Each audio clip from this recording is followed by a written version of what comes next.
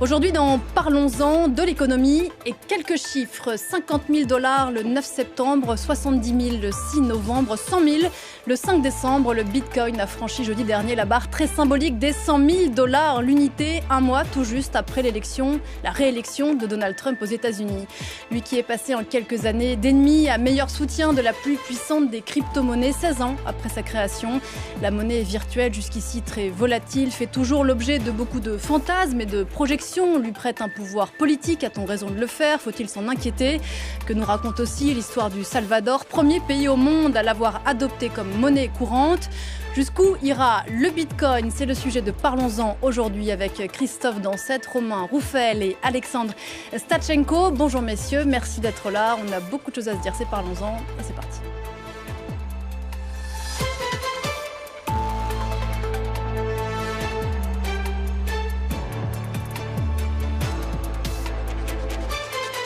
Et bonjour Alexandre Stachenko. Bonjour. Bienvenue sur ce plateau, directeur de la stratégie chez Paymium, la plateforme d'achat et de vente de crypto-monnaies. Vous êtes auteur, conférencier sur le sujet et vous avez signé en 2022 Bitcoin et crypto-monnaies faciles, voilà qui nous emmène dans le fond du sujet.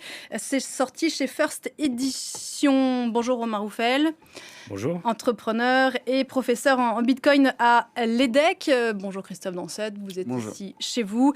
Journaliste au service éco à France 24. Peut-on, s'il vous plaît, messieurs, commencer cette discussion par faire un effort collectif de pédagogie, car il le faut encore, 16 ans, je le disais, après la création du Bitcoin. Qu'est-ce que c'est, Alexandre Stachenko? Pour ceux qui ne le connaissent pas, que cette monnaie virtuelle, d'où vient-elle? Plusieurs questions. Alors, moi, souvent, je dis que pour comprendre ce que c'est, il faut d'abord parler du problème que ça vient résoudre, parce que beaucoup de gens, en fait, ne sont pas conscients qu'il y a un problème que Bitcoin cherche à résoudre. Mais si on devait le résumer très rapidement, c'est un système de paiement électronique pair à pair. Donc, c'est une monnaie et un système de paiement. C'est vraiment deux choses complémentaires. Et ça vient résoudre un problème donc sur la monnaie et un problème sur les systèmes de paiement. Sur la monnaie, pour le dire assez brièvement, mais en gros, ça vient résoudre un problème qui est on va dire en place depuis une centaine d'années, une cinquantaine pour être encore plus précis, qui est que la monnaie fiduciaire, donc la monnaie actuelle, l'euro, le dollar, etc., sont des monnaies qui sont des fuites en avant généralisées, c'est-à-dire qu'elles ne sont basées sur rien du tout. Il n'y a rien derrière. Fut un temps, il y avait de l'or, par exemple, derrière chaque unité monétaire. Aujourd'hui, il n'y a rien. Il y a simplement la confiance que l'on porte dans une institution qu'on appelle la Banque centrale, dont la mission est contre-intuitive, puisque sa mission, c'est de détruire la valeur de cette monnaie, à minima à hauteur de 2% par an. Et donc ça, c'est un très gros problème, parce que d'un point de vue macro, ça veut dire qu'on favorise le clientélisme politique, qu'on favorise le court terme, qu'on favorise la prédation sur les ressources, qu'on favorise le capitalisme de connivence, qu'on favorise la concentration du secteur bancaire, la privatisation des profits, la socialisation des pertes. Donc c'est un très très gros problème, ce système monétaire. Et Bitcoin vient proposer une solution alternative qui a pour différence d'être indépendante, neutre, non manipulable par les États et limitée, donc rare, donc évidemment qui n'est pas infinie comme la monnaie en face. Sur la partie système de paiement, c'est un autre problème qui est que depuis qu'on numérise l'économie, depuis quelques dizaines d'années, on a été conduit à une concentration extrêmement forte des systèmes de paiement, et notamment de l'industrie bancaire. Alors, en France, il ne reste plus que 5 banques en gros. Aux États-Unis, il en reste encore quelques milliers, mais c'est très concentré autour de quelques banques principales. Et en fait, ça veut dire qu'on ne peut pas aujourd'hui s'insérer dans l'économie mondiale si on n'a pas un compte bancaire ou un accès à un intermédiaire de confiance. Donc ça, c'est très problématique parce que fut un temps où on pouvait avoir une économie qui fonctionne de pair à pair, on s'échange des billets par exemple. Aujourd'hui, c'est plus possible. Si on veut s'insérer, il faut être agréé, on va dire, il faut qu'une institution dise oui, je veux bien traiter avec vous. Et ces institutions deviennent incontournables et donc elles ont un grand pouvoir à la fois sur la vie privée des gens qui est en train de partir assez rapidement, et on pourra l'évoquer plus tard, mais ça pose énormément de problèmes, mais aussi sur tout simplement l'arbitraire que ça représente. Si on n'a pas accès à un compte bancaire aujourd'hui, difficile de toucher un salaire, difficile de se loger, difficile de s'insérer dans la société, etc., etc. Vous avez dit beaucoup de choses, on va décrypter certains des éléments que vous avez avancés. Romain Rouffel, est-ce qu'aujourd'hui tout le monde a accès au Bitcoin? Tout le monde peut y avoir accès, c'est évident. Il suffit simplement d'avoir une connexion Internet ou un smartphone pour y avoir accès. Et donc, on peut dire que c'est une vraie solution au problème de débancarisation, qui est un problème mondial. Je crois que la moitié de la population mondiale n'a pas accès à un compte en banque. Aujourd'hui, n'importe qui, très facilement, peut avoir accès à Bitcoin, peut commencer à faire des échanges et peut créer un début d'économie locale. Donc oui, je pense que c'est un vrai vecteur d'inclusion.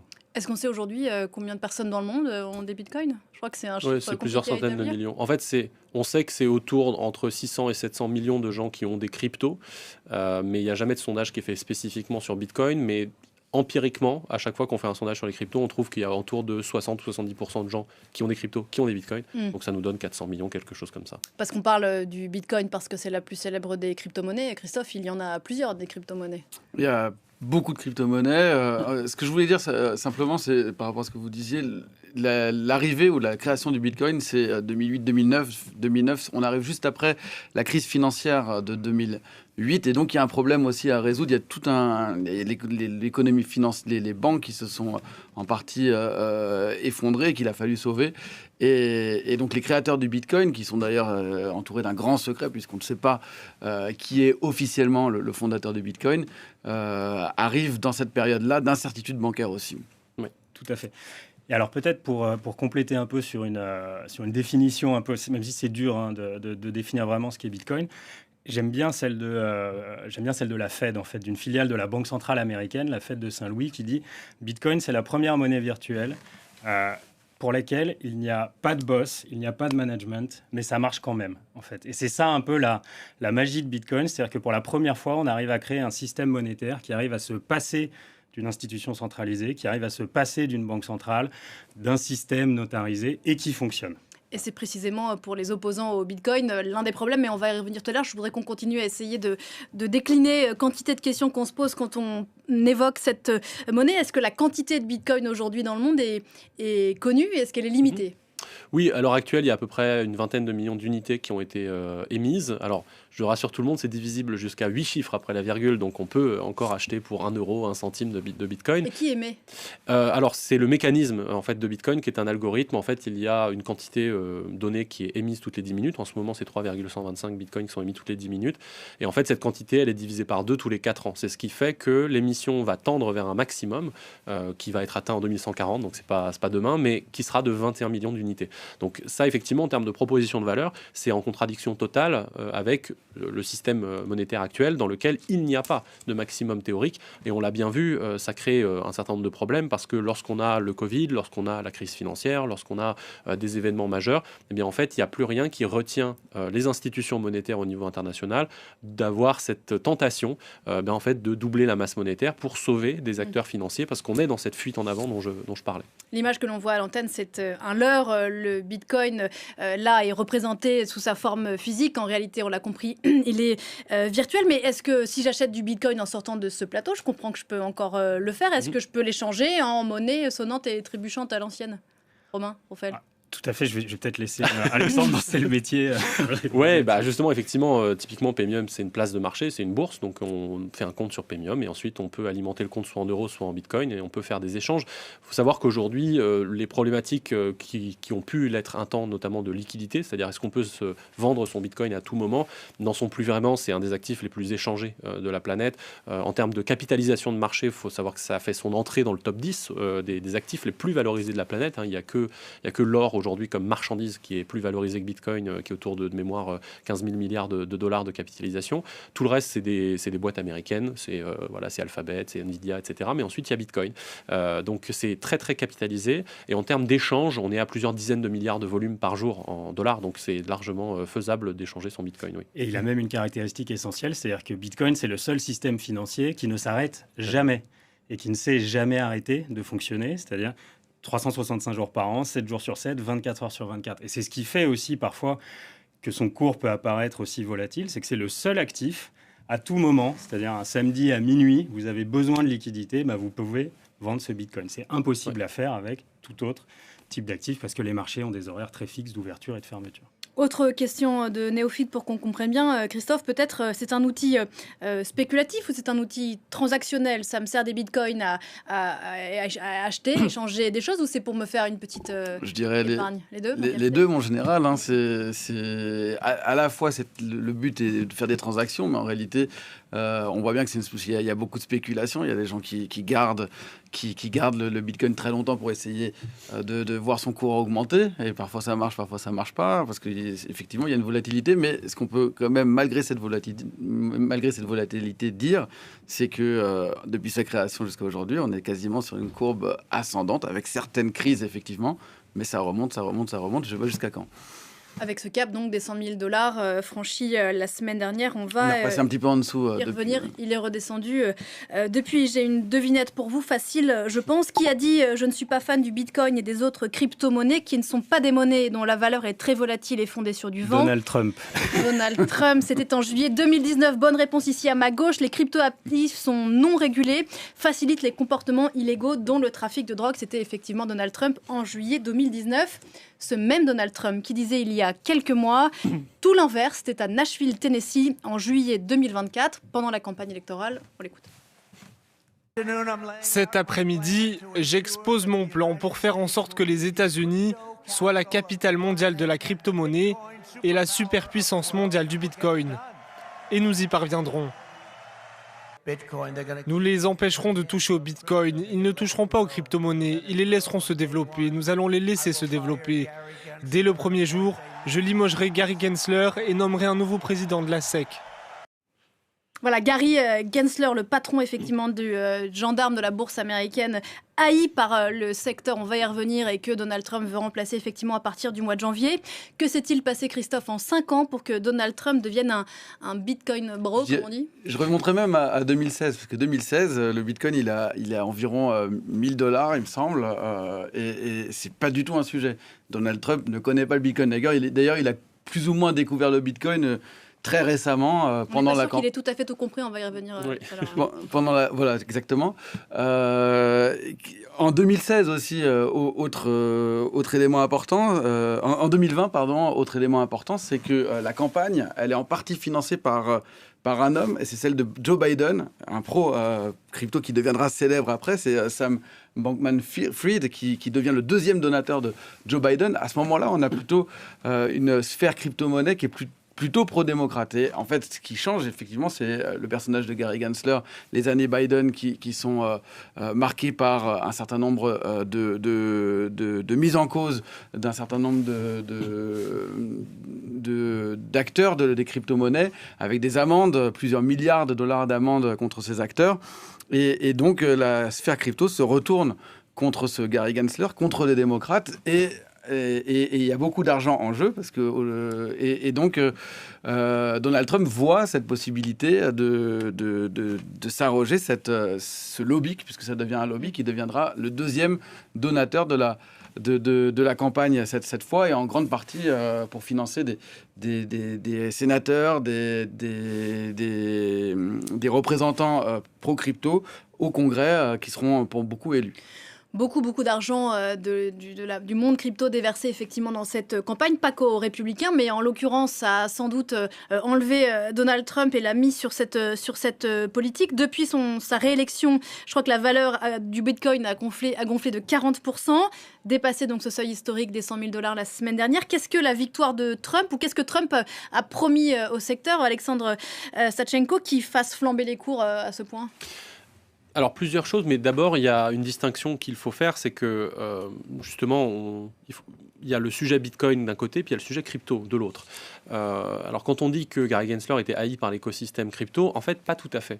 Il y avait beaucoup de gens, plutôt bitcoiners, qui, eux, avaient plutôt un œil neutre sur Gary Gensler, parce qu'il faisait quelque chose que d'autres ne faisaient pas, c'est qu'il faisait cette distinction. Il disait bien, il y a Bitcoin d'un côté, qui est une marchandise, une commodity, donc finalement, c'est pas à moi de la réguler, il n'y a pas de fondateur, c'est pas un titre financier, il n'y a pas de dividende, il n'y a rien. Donc, finalement, ce n'est pas un titre financier au sens de l'autorité des marchés financiers.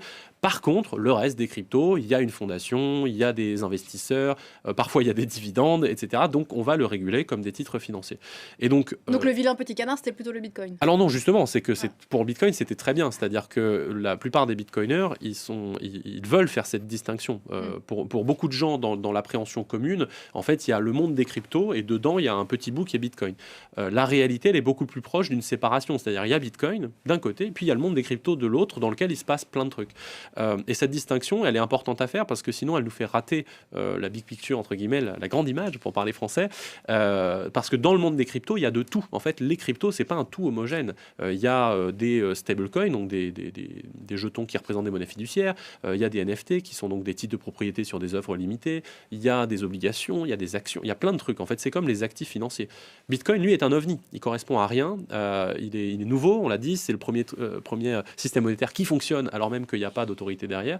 Donc, il porte des enjeux politiques et géopolitiques qui sont impressionnants. Ce qui n'est pas forcément le cas des cryptos, dans lequel il y a quand même 95% d'arnaques, etc. Donc, ce Gary Gensler... Alors, c'était une promesse qui était facile à tenir pour Trump, puisque de toute façon, il allait partir, puisque c'est la tradition, de, quand le président change de camp, le président de l'autorité marché financier s'en va. Il a annoncé qu'il démissionnerait le 20 janvier. Exactement. Mais remplacé par Paul Atkins. Qu'il fasse la promesse ou non, de toute façon, il allait partir. Mais surtout, pourquoi je fais cette distinction-là? Parce que dans le monde des cryptos, beaucoup de gens qui souhaitaient voir le départ de Gary Gensler étaient en fait des gens qui étaient en procès avec la SEC. Effectivement, on l'a dit, parce qu'il propose des cryptos à la vente et que donc du coup, selon la SEC, donc l'autorité des marchés financiers, eh bien en fait, il proposait des titres financiers non régulés à la vente aux Américains, donc c'est illégal. Donc ces gens-là qui étaient en procès, ils avaient intérêt effectivement à ce qu'on change de président de l'autorité des marchés financiers. Et au-delà de ça, Romain Rouffel, il y a les promesses de Donald Trump, parmi lesquelles une dérégulation. Ça veut dire quoi concrètement ? Ça veut dire alléger les contraintes sur la détention de Bitcoin, notamment auprès des investisseurs institutionnels. Voilà. Jusqu'à présent, c'était assez compliqué en tant qu'entreprise, en tant que fonds d'investissement, de détenir des Bitcoins. C'est d'ailleurs ce qui avait fait le succès d'un produit qui a été lancé en début d'année et qui a largement alimenté la hausse des cours aussi, qui est ce qu'on appelle un ETF. Donc c'est un fonds qui permet assez simplement d'avoir une exposition aux variations du Bitcoin sans le détenir. Ça a été un produit qui a eu énormément de succès, qui a alimenté la hausse des cours de 30 000 à peu près 60 000 $. C'est un premier pas. Donald Trump a promis de faire plus. Et il a même promis quelque chose d'assez spectaculaire, c'est le fait d'établir un fonds de réserve. Une réserve nationale stratégique en Bitcoin. En Bitcoin, exactement. Donc ça, bon, est-ce que ça va vraiment arriver? On n'en sait rien. Ce qui montre quand même que Donald Trump a une compréhension, je pense, assez limitée du sujet, c'est qu'on voit qu'il est très critique à l'égard de tous les concurrents du dollar. Voilà, quand des pays comme la Chine, la Russie essaient de faire des systèmes monétaires un peu alternatifs, il monte les muscles. Là, on voit qu'il est très opposé à ça. Je pense que s'il avait compris quel était le but sous-jacent de Bitcoin, un des fondements de Bitcoin, c'est de proposer une alternative aux monnaies centralisées comme le dollar. Y compris le dollar, oui. Voilà, il serait peut-être moins complaisant à l'égard de Bitcoin aujourd'hui. D'ailleurs, autre élément qui peut douter de la compréhension de Donald Trump du Bitcoin, il a dit vouloir que tous les Bitcoins soient fabriqués aux États-Unis, ce qui a priori, Christophe ou Romain, n'a pas beaucoup de sens. Non. Je ne sais pas si ça a beaucoup de sens. En tout cas, il faut qu'il soit miné. Et pour qu'il soit miné, il faut des ordinateurs extrêmement... Ce que ça veut dire. Alors, c'est des calculs d'ordinateurs extrêmement puissants qui utilisent aussi beaucoup d'énergie. Et en fait, je crois que une de ses idées, c'est de ramener beaucoup d'industries aux États-Unis avec des aides pour ramener toutes ces industries et en partie l'industrie du minage qui s'est beaucoup développée dans des pays d'ailleurs plutôt froids, en Islande. Maintenant, c'est surtout les États-Unis, justement. Aux États-Unis, dernièrement, c'est vrai. Le sujet du minage, il est intéressant parce que dans sa déclaration, alors d'abord 2 mots sur la réserve stratégique, c'est vrai que c'est une annonce assez forte et qui en fait, avant même d'être mise en place, a déjà créé son effet domino pour une raison assez simple, c'est que jusqu'à présent, quand on disait le Bitcoin c'est un concurrent monétaire aux monnaies fiat, etc. Regardez, il y en a un pays qui en a fait sa monnaie nationale, le Salvador. On avait même eu un ministre français qui avait répondu le Salvador, soyons sérieux. Là, c'est la première puissance mondiale, donc forcément, ça change la donne. Et donc, on voit déjà que au Brésil, il y a des députés qui ont fait une proposition de loi pour faire une réserve stratégique de Bitcoin. En Russie, c'est pareil. Certains États au sein des États-Unis, je pense à la Pennsylvanie, ont commencé à dire il faut qu'on dépasse le président américain et qu'on fasse notre réserve avant. Donc il y a un effet théorie des jeux et domino qui a été lancé. Sur la partie minage, il y a le fond et la forme. C'est-à-dire que dans la forme, quand il dit on va miner tous les bitcoins restants aux États-Unis, ça n'a strictement aucun sens. Non seulement ça n'a aucun sens, mais en plus ce serait dangereux. Parce que si tous les bitcoins étaient minés aux États-Unis, ça voudrait dire que 100% du réseau est aux États-Unis, donc le bitcoin ne vaut rien, puisque s'il n'a plus de proposition alternative.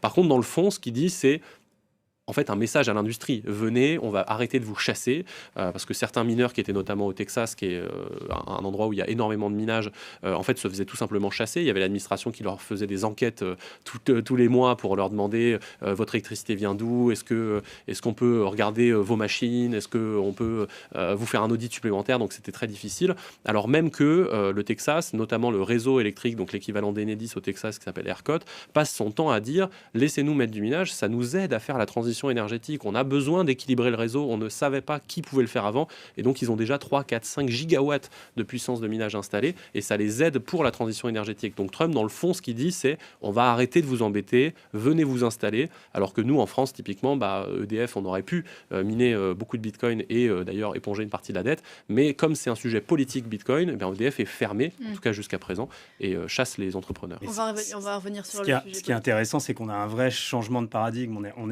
est à un moment où la présidente de la Banque Centrale Européenne, Christine Lagarde, quand elle parle de Bitcoin, dit c'est un funny business. C'est-à-dire c'est quelque chose d'un peu rigolo comme ça. Et à côté de ça, on a aux États-Unis donc le président de la première puissance mondiale qui dit même si ça n'a pas trop de sens, voilà, on va tous les miner. C'est un signal fort quand même. Il a derrière lui deux figures qui sont dans ce sens-là. J.D. Vance, son vice-président, et Elon Musk, on en a beaucoup parlé avec vous, Christophe, notamment. Vous évoquiez le Salvador. On va y aller au Salvador, effectivement. En 2021, ce petit pays d'Amérique centrale est devenu le premier au monde à introduire légalement le Bitcoin au même titre que le dollar, sujet que vous connaissez bien, Romain Rouffel. Paris aussi audacieux que critiqué. Quel bilan tiré de cette initiative? On va en reparler dans un instant, mais d'abord on va regarder un extrait du grand format qu'avait signé en 2022 Laurence Cuvillier. Elle était allée dans l'une des villes sur la côte où on parlait et on mangeait Bitcoin. On regarde. C'est ici que l'histoire a commencé il y a 2 ans. El Zonte, un tout petit village, le premier à avoir surfé sur la crypto-monnaie, quand Jorge a créé l'application Bitcoin Beach avec ses associés. Là, je n'ai pas de monnaie sur moi, alors pour la payer, j'utilise son code QR que je scanne. Son nom apparaît, j'indique la quantité et voilà. Je viens de lui envoyer $180 en Bitcoin. Hot dog, soda ou recherche téléphonique, ici, tout peut être payé par ce biais. Ça vaut le coup pour mettre un peu d'argent de côté. L'argent qu'on reçoit en Bitcoin, on n'y touche pas. On le laisse fructifier. Maintenant, on a enfin une possibilité d'épargne dans le village. Les gens se créent un petit pécule et n'ont pas besoin d'aller à la banque ou de faire la queue. Et si vous pensiez encore que les crypto-monnaies étaient l'apanage des nouvelles générations, j'ai été la première à accepter le Bitcoin. Chez Mama Rosa, on cuisine encore au feu de bois, mais on paye sa note en argent numérique. En vérité, au début, personne ne savait ce que c'était. Mais on nous a expliqué que c'était une monnaie virtuelle. J'ai acheté 2 vaches. Ça n'aurait pas été possible sans le Bitcoin. Mais dès qu'on sort d'El Zonte, le Bitcoin est plutôt tombé à plat. Car Nayib Bukele, c'est une main de fer sous un look de hipster. Et le secteur privé déplore que la petite révolution monétaire ait été lancée sans aucune consultation et à marche forcée. Les 3 mois qui ont séparé l'annonce de la mise en pratique ont été complètement chaotiques. Le gouvernement ne nous disait rien et par-dessus le marché, nous menaçait en nous disant que tous les commerçants devaient être prêts à utiliser le Bitcoin. Cela voulait dire développer les logiciels, investir et former les gens. San Miguel, la 2e ville du pays, c'est la monnaie papier qui règne encore. Quand le gouvernement a donné les $30, j'ai téléchargé l'application. Mais après les avoir dépensés, je ne l'ai plus utilisée. Elle ne me sert à rien. Une population peu enthousiaste, mais le maire Will Salgado sait que la nouvelle monnaie a un grand avantage. Les transactions sont instantanées, sans frais et sans impôts. Une aubaine pour tous ceux qui vivent des remessas, cet argent envoyé par les membres de leur famille partis travailler aux États-Unis. Laura reçoit des remessas de son frère en Bitcoin par le biais de l'application. Elle peut ensuite les convertir en dollars dans des centres agréés. Avant, on devait payer des frais d'envoi. Mais avec cette application, c'est complètement gratuit. Si les habitants ne plébiscitent pas encore l'expérience, pour des centaines d'adeptes du Bitcoin, le pays est devenu la terre promise d'une nouvelle ère. Voilà pour ce reportage tourné en 2022, un an donc après la mise en place généralisée du Bitcoin au Salvador. Depuis, la plus-value pour le Salvador a été assez énorme, je crois que c'est 300 millions de dollars. Pour autant, on le voit, ça ne s'est pas vraiment démocratisé. Quel bilan on peut tirer de cette expérience C'est un bilan qui est mitigé, il y a du positif et du négatif. En négatif, je pense que ce qui a le plus déçu le président du Salvador, Nayib Bukele, c'est que ça n'a pas été utilisé autant qu'il l'aurait souhaité, notamment pour ce qu'on appelle les remises, donc la diaspora salvadorienne qui renvoie de l'argent au pays, ce qui est une partie substantielle de l'économie salvadorienne. De mémoire, c'est un quart du PIB. Il y a autant de Salvadoriens qui vivent en dehors du Salvador que Salvador, et c'est un pays qui s'est vidé de sa population il y a une vingtaine d'années, une trentaine d'années à cause de la guerre civile. Donc là-dessus, ils comptaient beaucoup sur le Bitcoin parce qu'aujourd'hui, ça passe par des intermédiaires financiers qui peuvent prendre jusqu'à 8, 10, 15% de commission de transaction, donc c'est important, et ça ne s'est pas autant développé qu'il l'aurait souhaité. Après, en termes de réserve de valeur, je pense que l'actualité lui donne raison, effectivement, c'est plutôt un bon pari qu'il a fait, mais c'est très difficile de l'analyser aussi parce qu'il l'a légalisé comme monnaie légale à un moment où le Bitcoin amorçait une chute de ses cours jusqu'à il y a pas si longtemps. En revanche, dernière chose, c'est que le point peut-être le plus positif de cette annonce pour le Salvador, c'est que ça a contribué à une forme d'image de marque du Salvador qui, en fait, il y a encore 5 ans, c'était la capitale du crime dans le monde. C'était la zone la plus dangereuse hors zone de guerre. Il y avait un nombre de meurtres vraiment incroyable.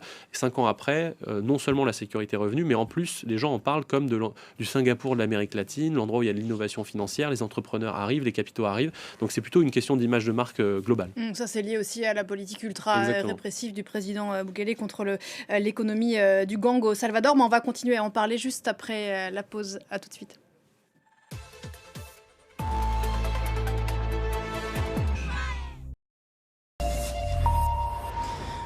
Il est 10h30 ici à Paris. La suite de Parlons-en aujourd'hui autour de cette question: jusqu'où ira le Bitcoin, la plus célèbre des crypto-monnaies qui a dépassé la semaine dernière le seuil historique des 100 000 $ l'unité, un mois tout juste après l'élection de Donald Trump, dont on l'a dit, la politique à l'égard de cette crypto-monnaie a changé du tout au tout, notamment au cours de la campagne pour sa réélection. On en parle jusqu'à 10h45 avec vous, Alexandre Stachenko. Merci encore d'être là.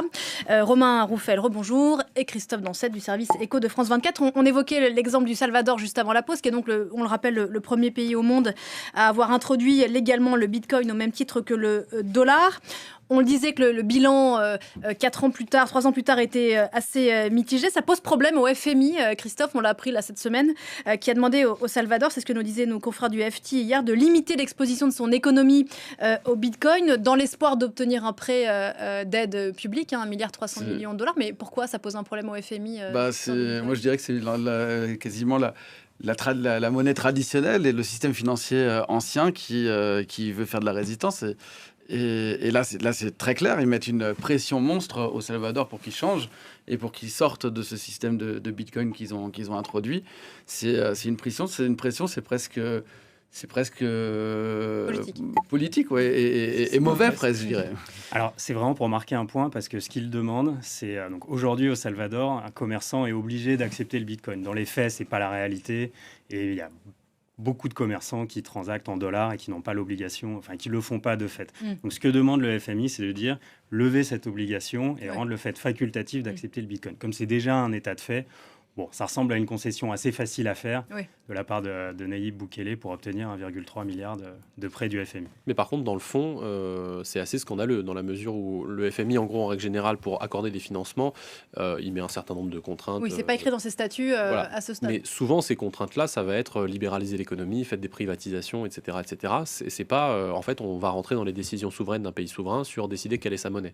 Alors, si on est un peu taquin, on devrait aller un cran après. C'est-à-dire que, normalement, le FMI doit constituer des réserves à partir des monnaies mondiales de ses membres. Donc, théoriquement, le FMI devrait avoir du Bitcoin. Mais bon, ça, c'est un autre débat. Par contre, là où c'est politique et où c'est complètement politique, c'est que le FMI, c'est pas juste le FMI. On parle souvent des institutions sœurs de Bretton Woods. Bretton Woods, qui était le système qui a été mis en place à la fin de la Seconde Guerre mondiale, qui avait 3, en gros, grands faits saillants. Le premier, c'est la Banque mondiale. Le deuxième, c'est le FMI. Et le troisième, c'est le dollar comme monnaie mondiale. Donc, quand le FMI fait un prêt, il le fait en dollars. Et il a besoin du dollar. Il a besoin que le dollar reste monnaie internationale. Et les États-Unis aussi. Donc quand un pays dit, en fait, on va s'émanciper du dollar, ils n'aiment pas ça.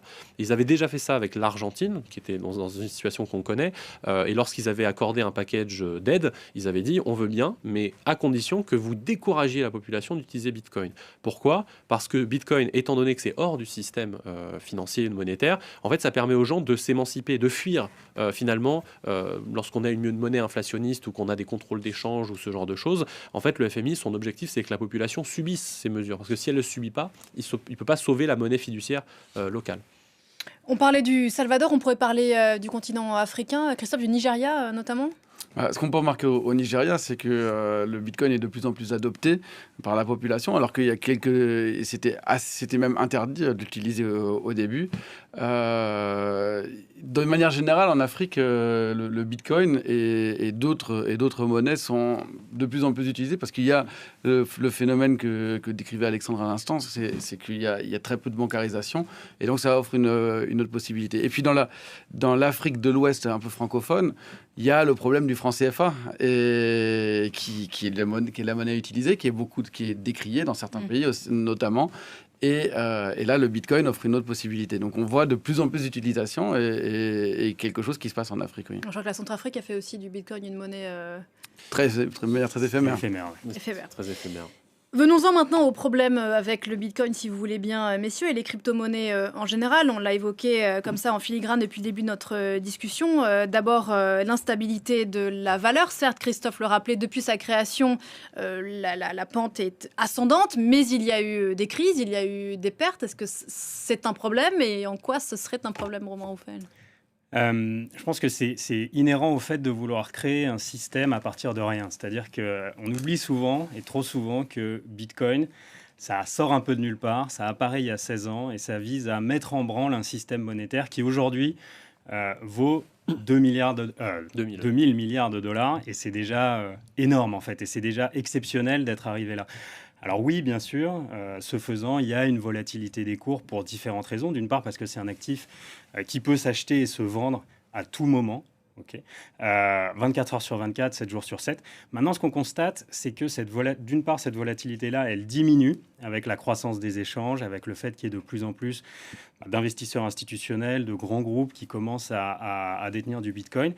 Et on voit aussi, en fait, si on regarde le temps long, que c'est plutôt une volatilité à la hausse, quoi. C'est-à-dire que généralement, les détenteurs de Bitcoin, ceux qui ont gardé, et c'est là où c'est très important, pour moi, de voir Bitcoin comme quelque chose qui se garde dans le temps, un investissement très risqué, certes, mais un investissement sur lequel il ne faut pas du tout s'amuser à faire du trading, de la spéculation, de l'achat-vente, mais garder sur le long terme. Et tous ceux qui ont gardé sur le long terme, personne n'a perdu d'argent en Bitcoin. Risqué, vous êtes d'accord avec le gouverneur de la Banque de France, Villeroy de Galhau, qui le disait il y a encore quelques semaines au micro France Inter de nos confrères. On l'écoute.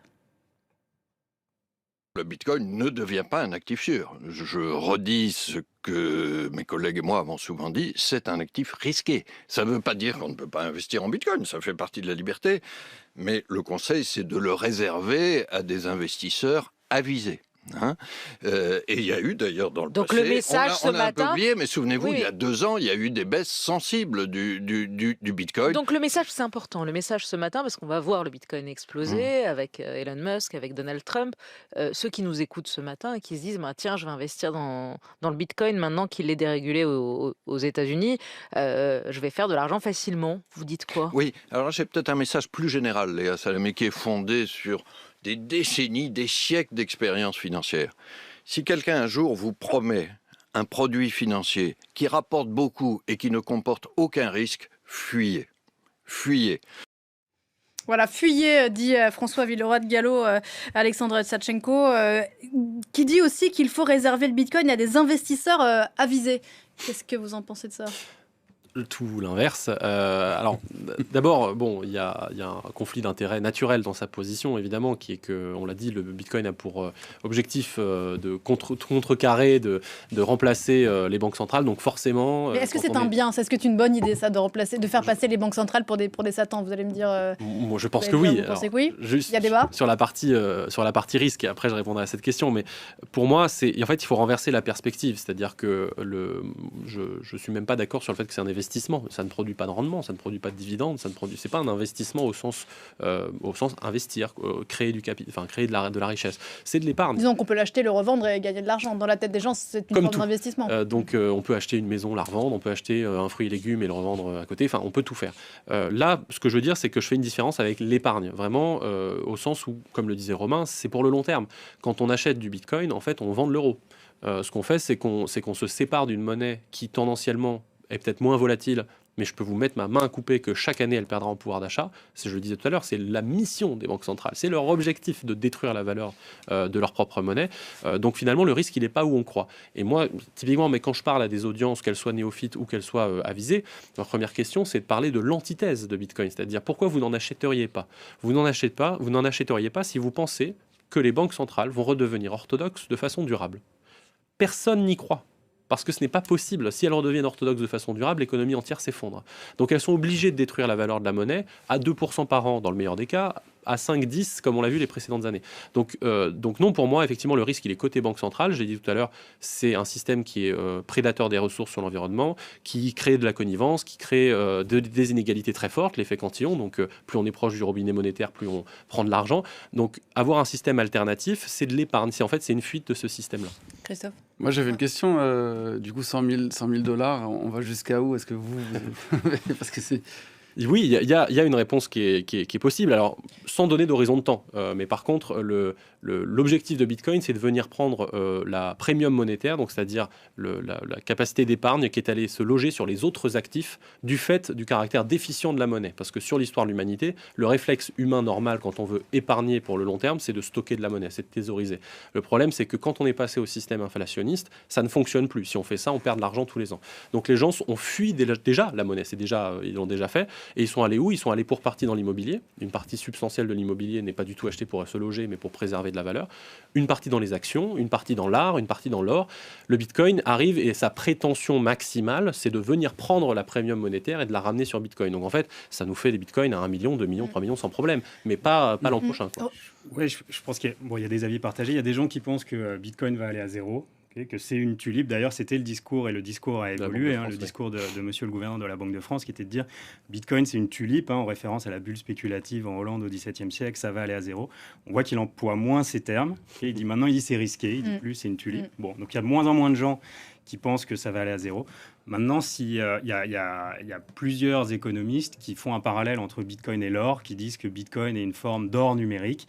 Si on regarde le marché de l'or, on en parlait, Alexandre, c'est 18 000 milliards de dollars, c'est à peu près 9 fois Bitcoin. Donc si on se dit à terme que Bitcoin doit représenter la valeur de l'or, ça nous fait un Bitcoin à 800 000, 900 000 dollars. Je voudrais vous entendre, Romain Rouffel, sur les critiques, sur les opposants Bitcoin, qui disent que c'est un symbole du capitalisme le plus brut, que ça sous-tend un discours ultra-libéral, pour ne pas dire libertarien, où les banques centrales sont de grands satans. Qu'est-ce qu'on répond à ça quand on travaille dans ce secteur-là ?